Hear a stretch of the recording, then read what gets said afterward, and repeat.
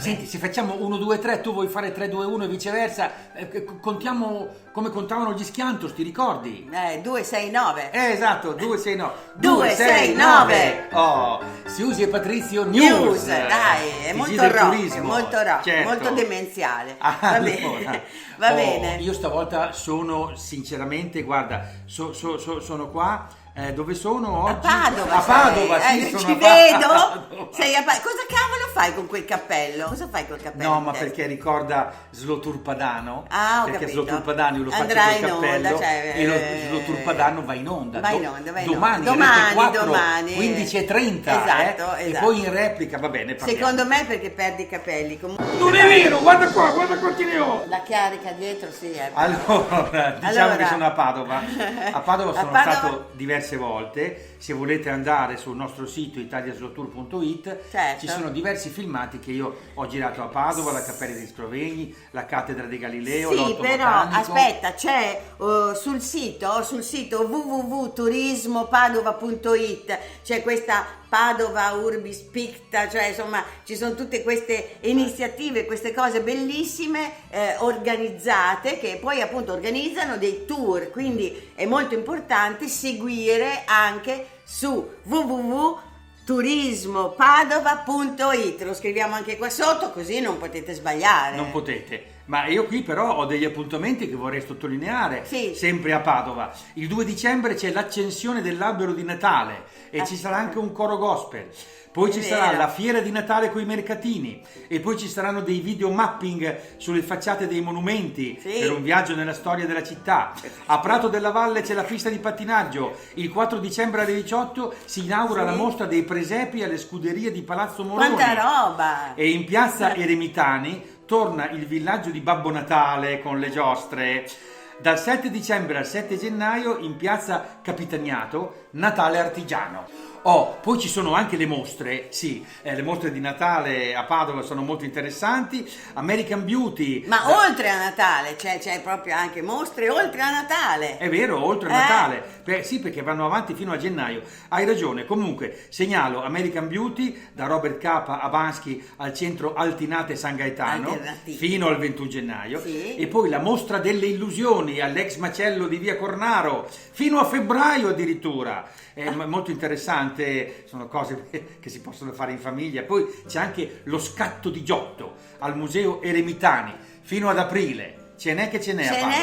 Ce n'è che ce n'è, andate a Padova da Natale fino ad aprile. Perché ce n'è. Bene, e allora, Italian Passeggiata, sai che cos'è? No, cos'è? È una moda fra gli americani, insomma ci imitano perché dicono ma questi italiani perché fanno le passeggiate? Cioè non è che si mettono a correre, a fare eccetera, anche quello, ma l'italiano fa la passeggiata. Aspetta un attimo, esco un attimo. Ma tutto questo perché noi abbiamo i centri storici. Tutto questo perché noi possiamo fare la passeggiata in posti meravigliosi che magari gli americani non hanno, come sapete benissimo. Ti ricordi che cercavamo il centro storico? Vabbè, poverini. Esatto, vabbè. Dei parvenus. Non sapevamo niente. E quindi gli italiani lo fanno per piacere e questa è una cosa incredibile per gli americani e quindi adesso è venuta di moda l'Italian Passeggiata e naturalmente è una cosa che noi conosciamo molto bene anche perché noi facciamo Italia Slow Tour. Voi andate sul nostro sito www.italiaslowtour.com e trovate tutto quello che vi interessa per gli americani, per per gli italiani. Esatto. Vabbè, andiamo avanti. Allora, conoscete il MIT? È il primo centro internazionale di arte e cultura digitale. Sta a Milano. Io ci sono andato, ho fatto un servizio e che poi andrà su Italia va bene. E c'è la mostra Zero Gravity Evolution, è una mostra di Kawaguchi, un pioniere dell'arte digitale, certo, che usa gli algoritmi per realizzare mondi ispirati alla natura. Gli algoritmi, il ritmo delle alghe, no, non è questo. No, algoritmo. Vabbè.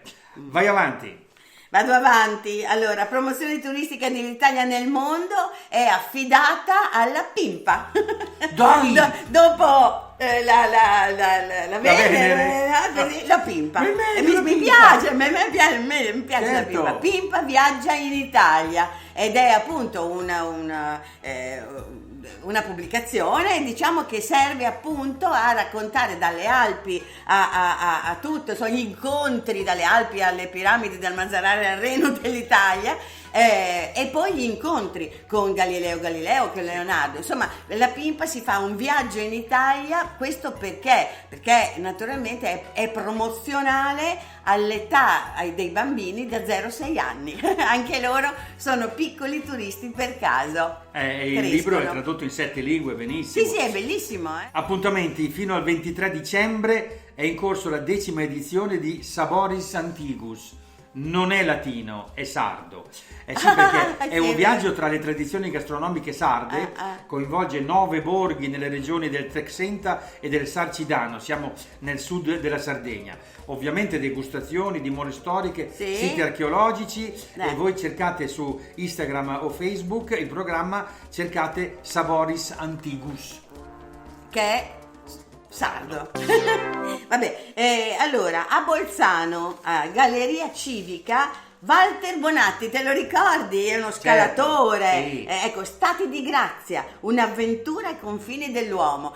Appunto questo Walter Bonatti, che era uno scalatore importantissimo, eccetera, e di lui ci sono anche, insomma, a parte i ricordi e l'esposizione del CAI appunto a Bolzano, ma anche come si vestiva, cosa faceva, e c'è anche una moda alla Bonatti. Io ho le scarpe alla Bonatti. Oh, ecco. Gli scarponi, sai, quelli belli, quelli con i cinghioni, Sì. ecco. Ma pensare che andavano vestiti veramente bene, diciamo, ma altro che, no? Dal punto di vista tecnico magari è un po' meno, veramente grande gente, grandi personaggi. Non dimenticate il podcast di Lomar Radio, si intitola Pronto chi viaggia. Sono dei turisti che fanno delle gran telefonate da dove si trovano e raccontano cosa stanno vedendo, cosa stanno facendo, e c'è in onda in questo periodo la puntata in collegamento con l'Egitto. L'Egitto fondamentale, chissà cosa ci raccontano.